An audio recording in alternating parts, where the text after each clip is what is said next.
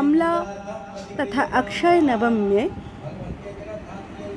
जगतगुरु श्री श्री शंकराचार्य द्वारा मनाया गया कन्नगर राज राजेश्वरी मंदिर में आमला पेड़ों के नीचे कुमारी पूजा मनाया गया है। अब सब लोग देख रहे हैं कुमारी को चोली साड़ी गहना पहना के पूजा चल रहे हैं। पूजा पाठ में ब्रह्मचारी महाराज सचिव स्वरूप और सिद्धार्थ त्रिवेदी सक्रिय और मुख्य भूमिका ले रही है, मुख्य पाठ ले रही है। सब लोगों का दर्शनार्थी और भक्त द्वारा पूजित किया आमला नवमी और अक्षय नवमी बहुत ही तेजस्वी और बहुत ही पुण्य पूजा है, बहुत जागृत पूजा है। ये जागृत पूजा में स्वयं जगदम्बा श्री श्री राज राजेश्वरी माता मैया जो लक्ष्मी रूप में सदा जागृत रहते हैं इस मंदिर में, वो कुमारी बेस लेकर आमला पेड़ों के नीचे उसका रूप दिखा रही है। ये कुमारी पूजा कोई साधारण पूजा नहीं है। कुमारी को देवी रूप में पूजित कर रही है सेवा मठ, और इस पूजा में भाग लेने कारी जो दर्शनार्थी बिंद और भक्तबिंद है उसका भीड़ बहुत ही ज़्यादा था। आइए सुनते हैं काउंसिलर अंजलि बैनर्जी। আমি এই ওয়ার্ডের মানে 6 নম্বর ওয়ার্ডের কাউন্সিলর। আমার আন্ডারে এই মঠটা পড়ছে। এই মঠটা মানে কী বলবো, এখানে বহু মানুষ আসেন, উপকৃত হন। এবার এই মঠের যে বাবারা থাকেন ওনাদের ব্যবহার এত ভালো, মানে অতুলনীয়। এবার আমি এখানে পুরোপুরিভাবেই যুক্ত মানে আমি আসি, প্রায় দিনই আসি। আমাকে যে কোনো অনুষ্ঠানই বলা হয় আসার জন্য আমি আসি। এখানে আমার খুব আনন্দ হয়, এসে ভালো লাগে।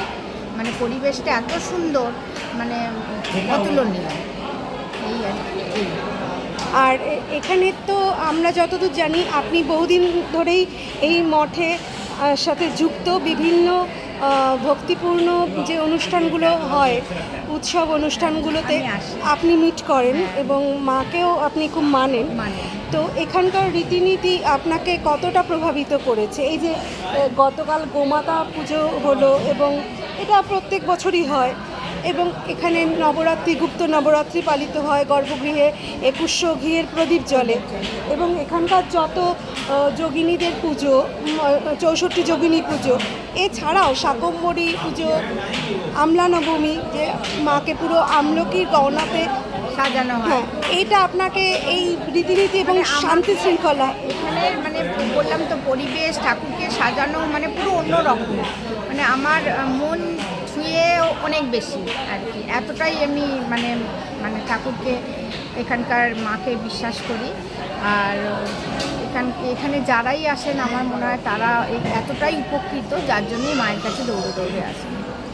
আগামী দিনের এই যে এত চারিদিকে হিংসা বিদ্বেষ বাড়ছে, বিভিন্ন মানে চারিদিকে এত অশান্তি অরাজকতা বাড়ছে, মায়ের কাছে আসলে তাদের কি মন শান্তি প্রাপ্ত হতে পারে এটা আমরা সবাই জানি, কিন্তু কজনে সেটা করে? তো আপনি তাদের উদ্দেশ্যে কি বার্তা দিতে চান? তাদের উদ্দেশ্যে একটাই বার্তা, যে হিংসা তো না করে সব মানুষকে একসঙ্গে রেখে মনে হয় চলাটা মনে হয় আরও বেশি গর্বের।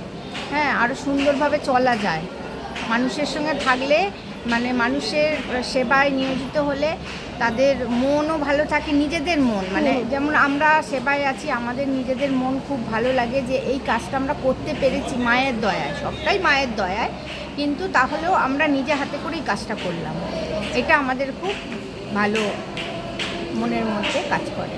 এখানে আন্তরিকতা নিশ্চয়ই, একদম সম্পূর্ণই আন্তরিকতার সঙ্গেই আমরা এখানে মহারাজরা যারা রয়েছেন, ভীষণ ভালো। শ্রীধর ত্রিবেদী মহারাজ, একদম, সঞ্জু ভাইয়া, আমরা একদম। সবাই নাম জানি। হ্যাঁ, হ্যাঁ। আর রয়েছে বিনোদ ভাইয়া, সচিত স্বরূপ, হ্যাঁ, হ্যাঁ, মুখ্য পুরোহিত।